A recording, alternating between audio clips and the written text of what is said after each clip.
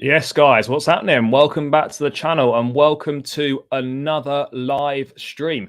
And after a fantastic week last week for Chelsea with 3 wins on the spin, 2 clean sheets in a row, Chelsea head to the iconic San Siro tomorrow night to take on AC Milan in what is a crunch Champions League tie in Group E.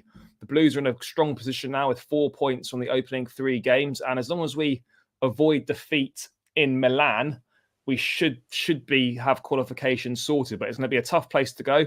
It's an iconic stadium. The atmosphere is going to be unbelievable. If last week's anything to go by, the Milan fans, even though they were 3-0 down, all you could hear was them. So it's going to be tough. Yes, they've got injuries, but this leg is going to be a lot harder than the one at Stamford Bridge was. I'm certain of that. But there's plenty to get into, as always. New contract talks for Mason Mount getting closer. Gabriel Slonina, the young goalkeeper, is coming to train with Chelsea for the next fortnight.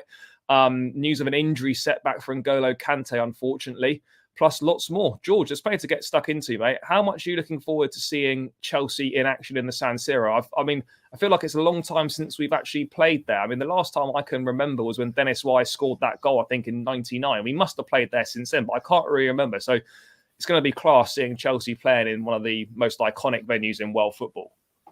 Yeah, and I don't know what the updates are with the stadium. I don't know whether they're tearing it down or they're going to actually... Yeah, I think they're meant to be... they're going to knock it down. I think they're going to build something new. I don't know when, but I think that's the plan. Yeah, it's a very iconic stadium, if not one of the most. Last time I can remember, I think we've played Inter probably, actually. That's a complete lie. Played Inter a few times recently, there with Jose and the like. So, yeah, never easy, I have to say. Yeah, looking forward to it. And I have to say, I know that a lot of people, me included, thought that AC Milan at home would be the first real big test. But I think for Potter and his regime so far, I think this is the one that people are looking at and thinking how much progress, how much impact really has there been when we come up against a real big opposition in their own backyard when they now need a reaction. Chelsea still need points in this competition to be able to secure knockout football. So it's going to be an intriguing time. You'd expect, as you mentioned, that they're going to be much more finer set than the away fixture. That's for sure. Yeah, no, you'd imagine. So, I mean, Milan obviously getting a 2-0 win over Juventus at the weekend in the San Siro. So that was a return to winning ways for them after the loss at Stamford Bridge. Chelsea, as we said, are on good form. Under no illusions, this is going to be much, much tougher. And as you say, I think I probably agree. This probably is, in the short time Graham Potter's been here, this is going to be the toughest task. And I think it will show, as you said, mate, you know, how far have we come in this short space of time if we can kind of go to the San Siro and get a result? I mean, we sit on 4 points. Milan sit on 4 points as well from the opening 3 fixtures. This is not must win, but this is very much must not lose for our qualification hopes. I mean, Georgie, it's never safe. It's always dangerous to go into a game and play for the draw. But you know, would you agree with me that as long as we don't lose this game, then that's the most important thing? You know, the destiny's still in our own hands.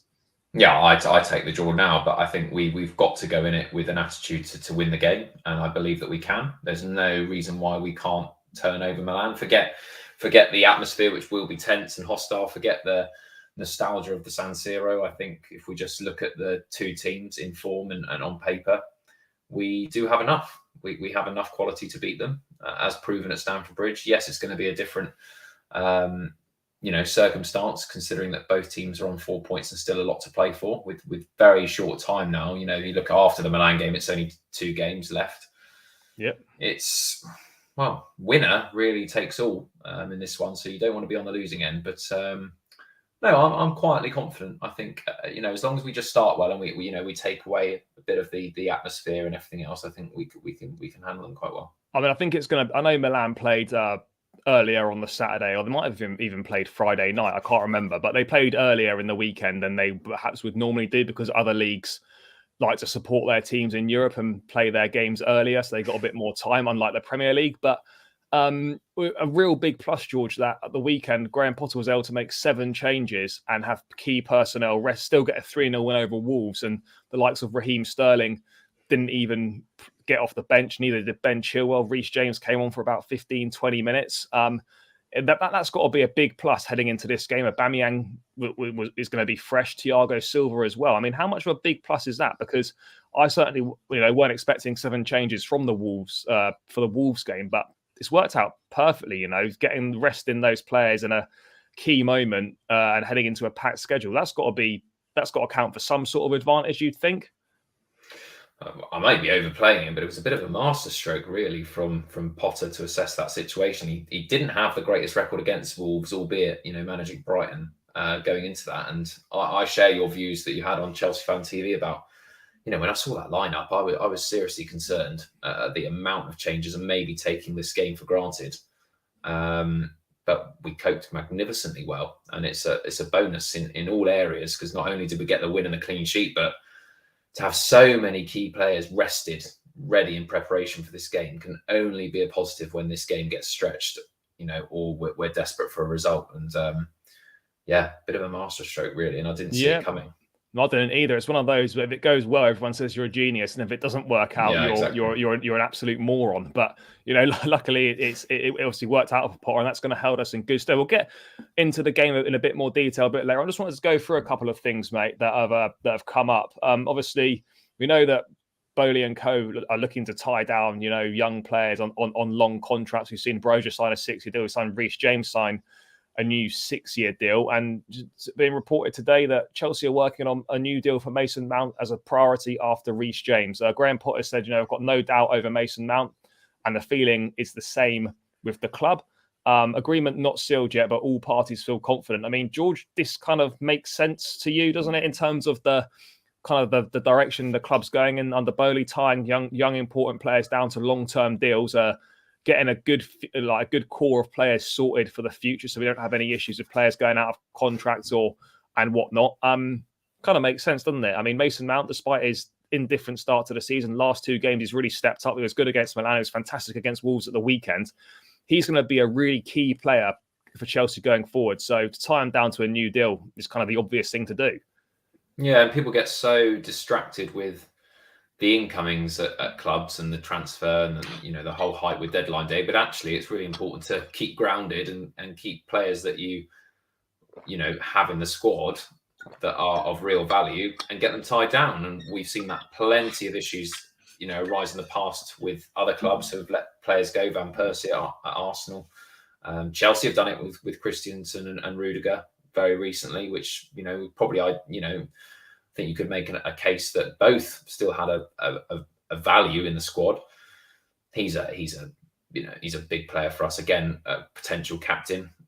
He's has had that skipper armband a few times under Lampard and under Tuchel. So I think he's a player for long term, and we need to get him tied down. And I have absolutely no doubts that he will be at Chelsea for the foreseeable future. Yeah, no, I think it makes sense. I mean, how important do you think he's going to be going forwards for the club? I mean, I know, as I said, the form's a little bit indifferent, but there's no surprise that every manager keeps picking him.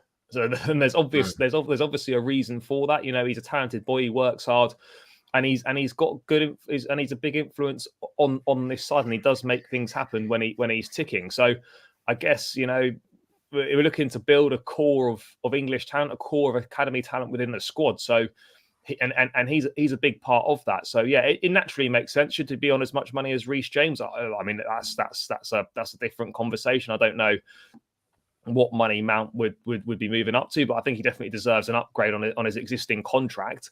And it's something that I think, that'll get sorted out in due course. I don't think there's any danger of that being an issue at all. But I'm moving on to another thing that's, it's not that important, but I'll just cover it briefly anyway.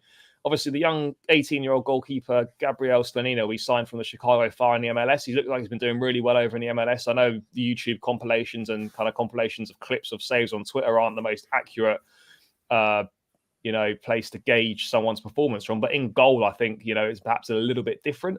But he is coming over because the regular MLS season has concluded. So he's coming over to train with Chelsea for the next 13 days. It kind of, again, makes sense, really. MLS regular season's concluded. His team aren't in the playoffs. So before he arrives in January, I guess it's a good time for him to come in, familiarise himself with his new teammates, get to know the staff and get some early groundwork in. 15 million, bloody hell! It's quite steep for a keeper, I'd say. Well, $15 million, about 12 million quid. Yeah, but I don't know much about this bloke, but yeah, I think it'd be great it's a good move for him to just kind of immerse himself into what potentially could be in front of him in his career if he, does well. To be involved in the dressing room and the training camps and the usual day-to-day in and out of being around the first team. I think it can only be a positive. Just getting a taste for what life could be like for him, and to maybe give him a bit of a shock to the system as well with the level of intensity. I'm sure, no disrespect to the MLS, but I'm sure, coming to Cobham is a slightly different atmosphere. It's going to be fast-paced, going to be intense, going to be working with the goalkeeping coach.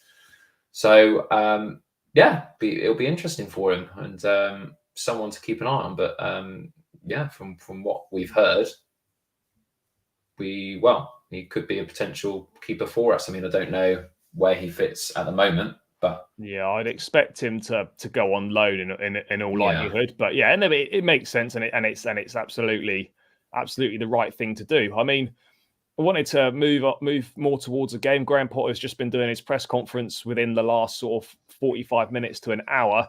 And I think the big news to come out of that is the fact that N'Golo Kante has suffered a setback in his recovery from that injury he picked up against Tottenham, I believe, on the second game of the season. It doesn't sound great. It's certainly not ideal. So we'll have to wait and see the extent of it and go from there. It's not ideal and it's disappointing for him and for us. We'll have to see the extent of it and go from there. George, this sort of brings a bigger question now. Like, I'm not even surprised at this anymore. We haven't seen Kante since the Tottenham game on the second week of the season. He's been working hard to get back to fitness. Even though he's been fit, he's not featured in the last couple of games.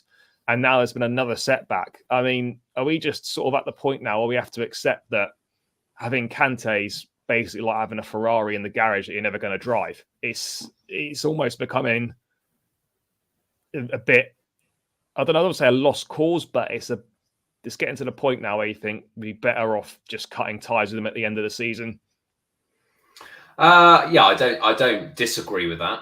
I think it's, looking ahead, and I think long term we do need to look beyond N'Golo Kante. He's given a lot for Chelsea Football Club, and we touched on it last show that he's probably just had there's a feeling of burnout in this one, that he's just been so good for so long and covered so much ground and done so much hard work for Chelsea that actually he's at that physical incapability of maintaining it on a consistent basis. Now, you say about Ferrari in a garage, but it's still nice to have a Ferrari in a garage. So when you do get it out for a play, he's unstoppable and it's nice. So he still is a Ferrari, and when he plays, and he will play, he's still, and for argument's sake, he still is irreplaceable in the way that he plays. The question comes now that, Chelsea do need to look ahead, and we've got some very exciting young talent who can replace him. Maybe not like for like, but you look at Loftus-Cheek, you look at Gallagher, you look at perhaps Declan Rice from West Ham, you look at Jude Bellingham from Dortmund. So there are players that can certainly fit in that mould and create a different identity for Chelsea, which I think is needed. It is an area that we've discussed at length during the summer about needing investment in the midfield. And I think there will be a few outgoings next summer, and he could be one of them. Yeah, I think so. I also think that we've actually done really well this season without him playing. I mean, particularly in the last few games since Potter's come in. And I'm not saying, and it almost feels like we don't miss him that much. Obviously, I know he makes a difference to the way we play, but we seem to be getting by quite well without him. And I think we've become used to playing without him. I think it's good that there's not an over-reliance on N'Golo Kante to play anymore. There has been in the past that if Kante didn't play, we're in big trouble. Now, if he doesn't play, because we're so used to it, it's not so much of a big problem. But I mean, I think it's an area that I wouldn't be surprised if the club looked to address the midfield in January. If we can get a target in January, we might as well get them in, bed them in for 6 months, and then when Jorginho, when Kante, or when at least one of them goes in the summer, kind of someone's already, integrated into being part of the squad. But for Kante, it is a shame, but it just seems like he's made of glass at the moment. And wait and see what the outcome of this injury setback is. But it certainly doesn't sound great, and it looks like he's going to play a really, really limited part this season. Which, all right, it's not ideal, but it's just the way it goes at the moment. But as RD says here, we've still got to play City twice, Liverpool twice, United, Arsenal, etc., without Kante. So I guess when we play the big teams, it would be a bit more telling to see how we do without him. But George, do you think it's fair to say now that lastly on Kante, it probably isn't the best thing to renew his contract? I mean, it depends on the terms. We've discussed this before. I think 1 or 2 years and a wage drop, I think, is acceptable. If we're going to give someone like Azpilicueta a new deal, I think Kante deserves one. I always look at this and think, careful what you wish for. Yes, he's at an age where perhaps we've seen the best of Kante, but you only have to look back at quite recent games that he's been in, particularly last season, and he was still so influential, so important. We haven't really had a big test under Potter as of yet against a big side. Be interesting to see how Chelsea cope with a Gallagher or Loftus-Cheek in the middle against, like you say, a Manchester City, a Liverpool, whether they can dominate. But I think we do have to look beyond it and plan for it. But I think out of him and Jorginho, like we always compare the two, I think I'd be more inclined to keep Kante. Because of what he offers. I mean, Jorginho is struggling a bit with his knocks recently at the moment as well. Yeah, I mean, look, it will remain to see what happened, but it's clear now that Kante is literally not really going to be able to play sort of 2 games of football in a row in his current state. So we'll have to wait and see what the update is on that. But that's obviously a bit of a blow for Chelsea. But yeah, but moving back to the Milan game, mate. Obviously, it's going to be tougher. Where do you see the key areas being? Do you think it's that midfield battle again? Obviously, Milan got some dangerous players up top. Olivier Giroud, who Chelsea know well, was obviously very quiet in the first leg. Wouldn't expect him to be that quiet again. Rafa Leao with a home crowd there to cheer him on will probably be a bit more dangerous. They've got good players. Brahim Diaz, a former Manchester City player, is doing well there. The young forward, Charles de Ketelaere, he's a slight doubt, but he's got ability as well. The midfield's not bad with the likes of Benacer in there. And obviously Fikayo Tomori at the back as well. I mean, there's players there to cause us problems. Where do you expect the big battle to be for Chelsea tomorrow? Do you think really key to control that middle of the park? Middle of the park is always a place where you win or lose football matches, but I think, again, the effectiveness of the fullbacks for us are so pivotal. I think keeping Leao quiet, who's probably going to get a lot more involvement in this game. You'd expect AC Milan to have more possession. We'll probably be playing a bit of a lower block, looking to go for the counter-attack. So it's how we break those lines and how effective we can be on the break, which I expect is what we're going to try and approach the game for. So being solid at the back, I'd be interested to see if he goes back 5. I probably assume he will. And just nullifying their forwards, because they have got some dangerous forwards and you don't want to give them too much space. So I am worried about Leao. I think he's going to have a bit more of an influence. But we've got capabilities at the top end as well, and it's good to see that any forward that we select at the moment has been scoring goals lately. So you could argue that any of those that started, whether it be Havertz, Broja, or Aubameyang, could all contribute. And I think we've got to really go for this one. I think we've really got to make a statement, and it would be brilliant to come away from the San Siro with a win. It's not easy and it's not a given, but I think we have got the capability to do it. Yeah, I mean, let's bring the team up now and discuss this in a bit more detail then. I mean, I've got us in the away kit. Now, I might have this completely wrong, but when Chelsea put up the graphic of their next game, it was Thiago Silva wearing the away kit, which is maybe a slight indication that we might be playing in the away kit tomorrow. Milan did play in their away kit when they came to Stamford Bridge, so we could be in the away kit. But anyway, moving away from that slightly boring interjection, do you expect Chelsea to line up like this, 3-4-3 again? I mean, there can be a bit of movement, someone can drop in and it can become a 3-5-2 or whatnot, but this seems to be what Potter favours. He's gone with it in all the Champions League games so far. You expecting this system to remain? It seems to be the tried and tested for Chelsea, and particularly in Europe as well. It's kind of what we've always gone with, so it would make sense to stick with this. I'd be surprised if we went to a back 4. Yeah, I would be surprised with a 4, but like you said, I think he won't be afraid to change it, and there could be an element of predictability if he goes with exactly the same formation or the same setup as we did at home to AC Milan, because that's what they're going to expect, and obviously they're going to be looking to improve considerably over that 3-0. So he may throw in a curveball, but I expect that the reason why it worked so well is because we're used to it, and therefore you don't change a winning formula. So I'd expect that.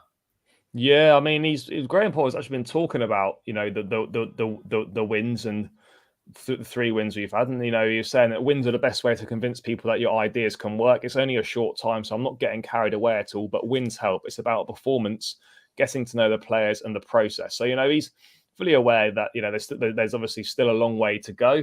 And obviously on the San Siro, like what we've been saying, it's an incredible place here and a very difficult game. Milan will try to use the home advantage like we did.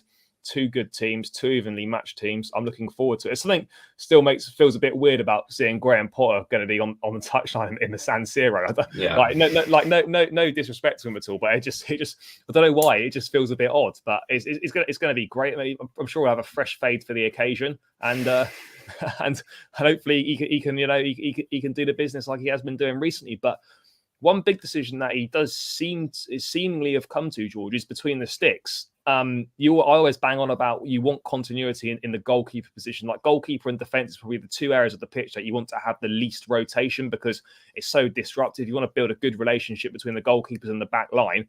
Kepa has played, obviously, the first couple of games under Potter, Mendy wasn't available, so there was no decision to make. But the last 2 games, Mendy has been fit and available, and he's stuck with Kepa. I mean, George, it would appear to me that, and I'm sure to a lot of Chelsea fans, that at the moment that number 1 jersey is Kepa's, and until he makes a mistake or whatever, or goes through a bad run of form, it's kind of his jersey for the foreseeable future. And I think rightly so. He's not put a foot wrong at all since he's been playing under Graham Potter, and his characteristics and his strengths are exactly what Potter looks for in a goalkeeper. So do you expect Kepa to continue tomorrow? And I think for the time being, he's the number 1, and Mendy's got to knuckle down and try and get his place in their team back.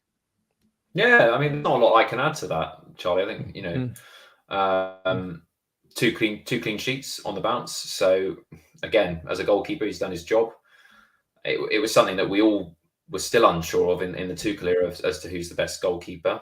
And like you said, I think Mendy still does have an opportunity where he could get that number 1 jersey back, and I'm sure Potter's made that very clear to him. But I think Potter has to go for what he thinks is best to win the football matches. He's always said that in all the press conferences. He picks the best team to win that football match. And again, I don't think Kepa put a foot wrong at the weekend either. I think there was one perhaps, I can't remember exactly, but there was one perhaps little jitter where he did a little pass out. But other than that, he's been solid, and I expect him to play again. Yeah, I think it makes sense. I mean, in terms of the defence, we're expected to go with a 3-man. Obviously, Thiago Silva will come back into the middle of the defence, and it's going to be an emotional night for him. A return to the San Siro, playing against AC Milan, where he kind of made his career, really. First team he joined when he came over from Brazil. So it's going to be an emotional night for him. But having been rested at the weekend, recovered from his cold that he had, he's going to slot back into the middle. Now, either side is maybe a little bit more tricky, or perhaps not. I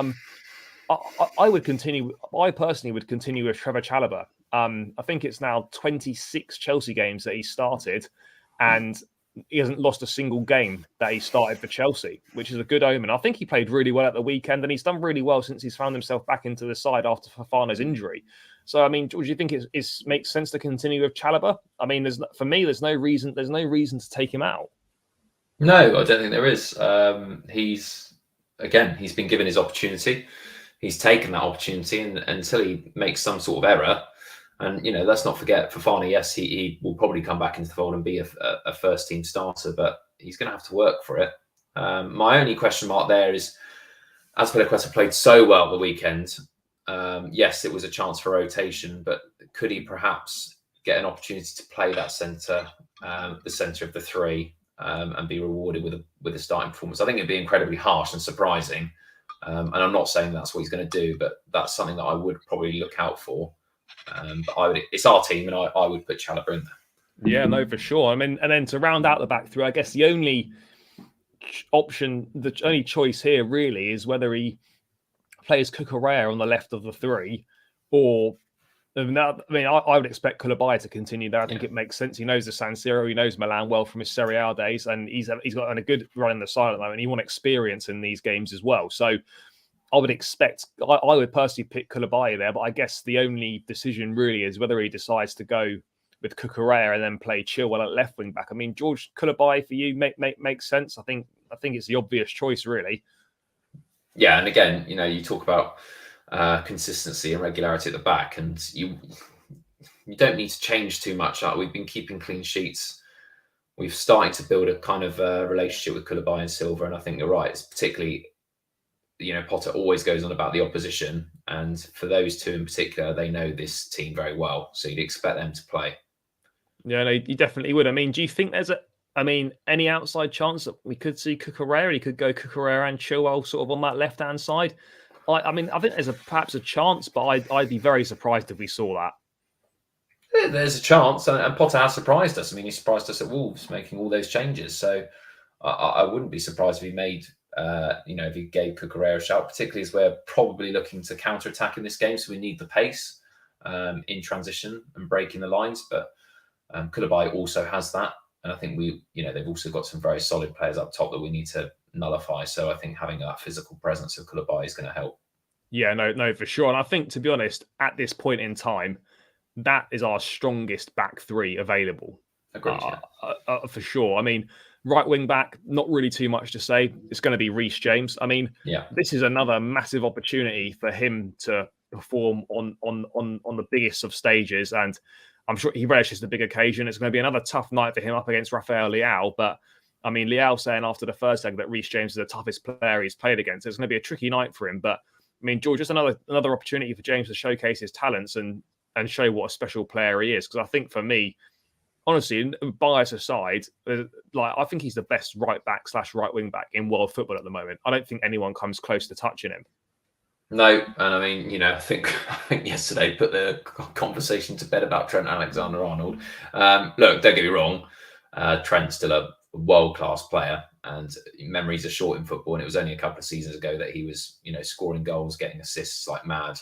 Wonderful, and he still is wonderful. But defensively, he's completely viable. And we had this question mark about James: could he be as good going backwards as he is going forwards? And he's addressed that tenfold. And I think he is the best wing back in world football at the moment, and that isn't bias. I honestly do think he is, and there'll be a lot of clubs if he continues this form after his signature in the summer. And I know he's obviously tied down, but that doesn't take away the interest. No, it certainly doesn't. I'm looking forward to seeing another big performance on the big stage from him. You've just got to hope, God willing, that we don't pick up any injury issues to Reece James, because then we really are in the shit. He got injured a few times last season and we were in big problems. So again, that would be an area of concern for me. But I mean, let's just hope that doesn't happen and we keep going forwards with him. But yeah, I'm expecting another top draw performance from him. Looking forward to seeing that battle with Rafa Leao, as we touched on. This is probably one of the most difficult decisions now, mate. On the left-hand side, obviously Cucurella played on the weekend. Chilwell had started and completed 90 minutes in the last two games. Chilwell's got that Champions League experience over Cucurella. This is a tricky decision to make here. I mean, I personally would be happy with either, but I don't know. I find it quite hard to make a decision one way or the other. I mean, if you're thinking about it logically, logic would suggest with Ben Chilwell being rested for the weekend that he would come back in for this game. But what are your thoughts, mate? Because this is really kind of almost toss of a coin situation here. Would you go? I mean, would you pick Chile or would you pick Correa? It is a hard one because I think both of them have such great attributes going forward. And you're right. Logic suggests that perhaps Chilwell will start. But there's always that doubt, isn't there? And ever since you said it, it's kind of stuck in my head about not rushing him back and giving him the time. We've got a perfectly good player that obviously Potter knows very, very well in Cucurella. So I would personally like to see Cucurella tomorrow play there. Yeah. But then I don't personally think that that's what's going to happen. I think he'll probably play Chilwell, but It is, mate. It's very difficult. Very difficult to pick who's actually better suited on that side. I think we're probably going to be doing more defending tomorrow than we were at Stamford Bridge. So you'd probably say, I would say, Chilwell's probably slightly better. Yeah, I'd probably just, for me as well, I'm probably just going to go with Chilwell. Only just.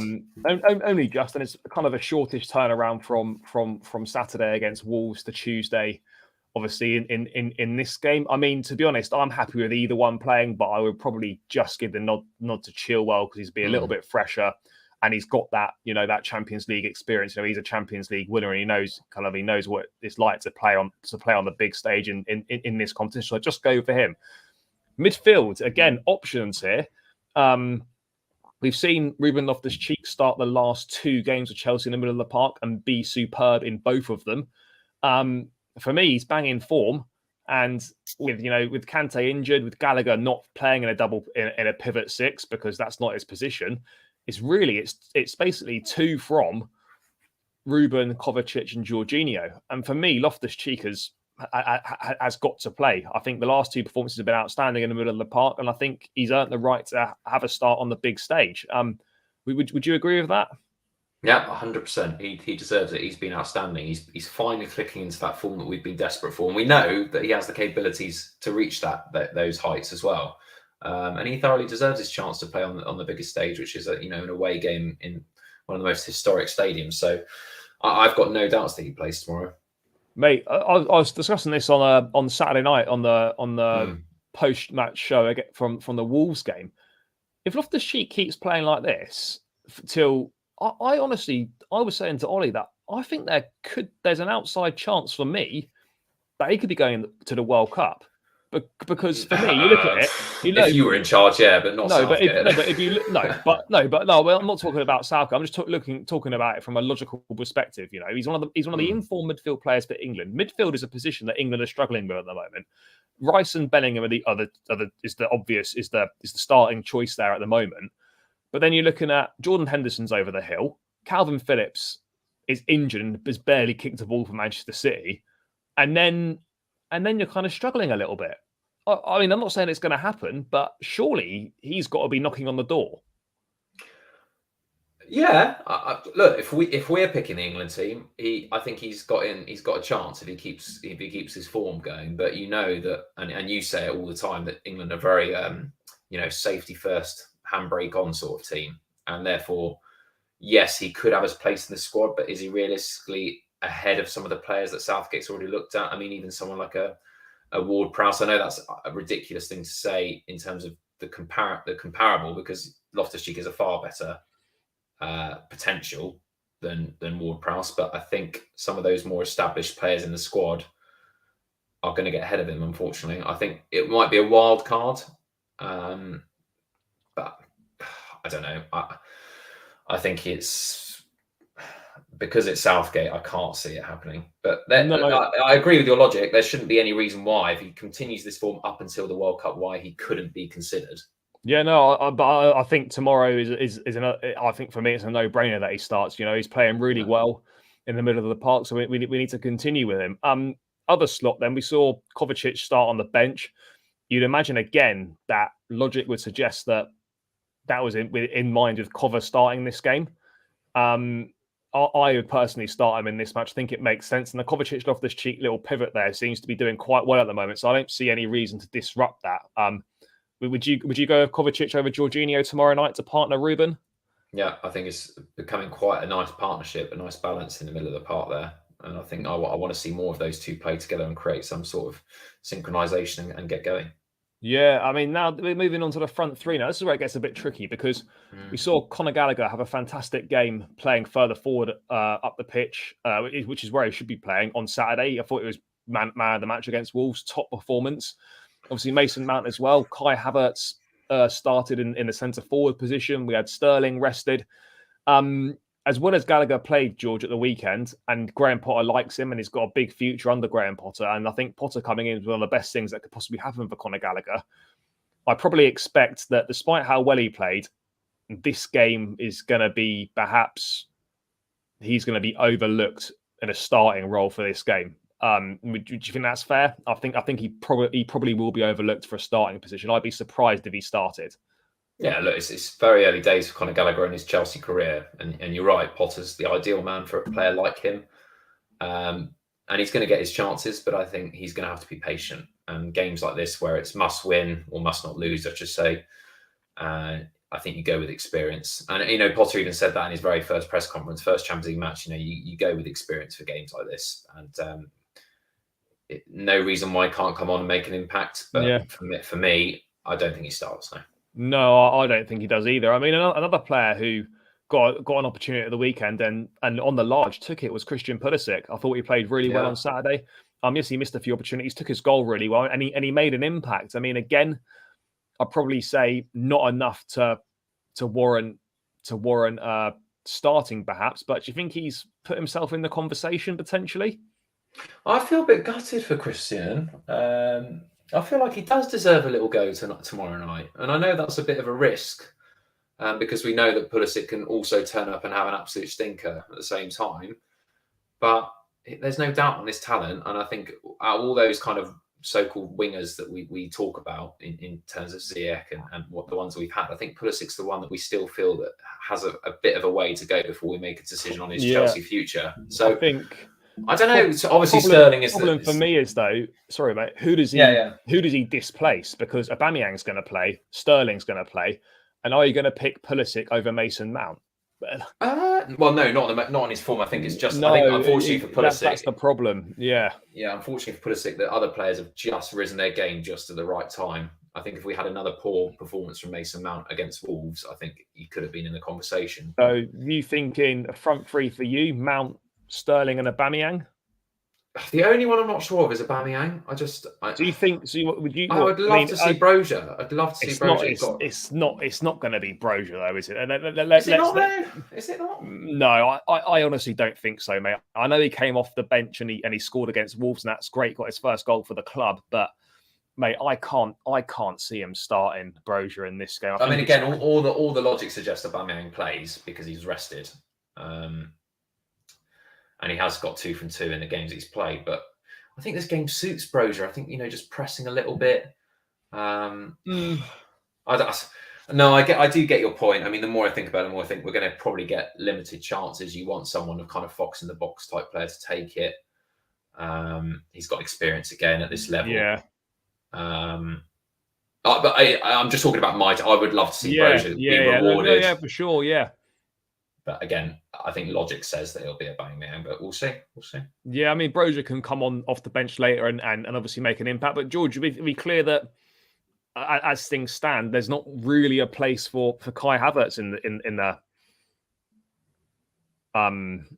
starting lineup tomorrow night. Not for me. Not for me either. I don't think he warrants a starting place. I mean, I think that's our best front three for me at the moment. I don't see how Havertz adds anything better than adds anything more than what Mount or Sterling adds. I just personally don't think he does, and I think Havertz at the moment is a rotational player right now.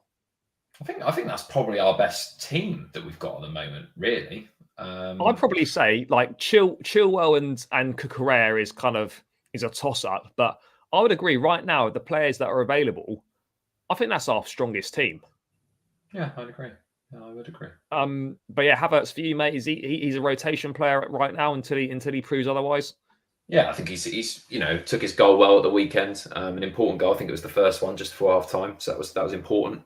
But for me, he hasn't done enough over the course, and I'm sure Potter's aware of this. Before he even came into the job, just not enough return on output for what the minutes he's put in. And I think Aubameyang banging form, Sterling our most creative output, Mount playing the best football of the season so far. I think he's just down the pecking order. I mean, he's probably even behind Brozier at this point.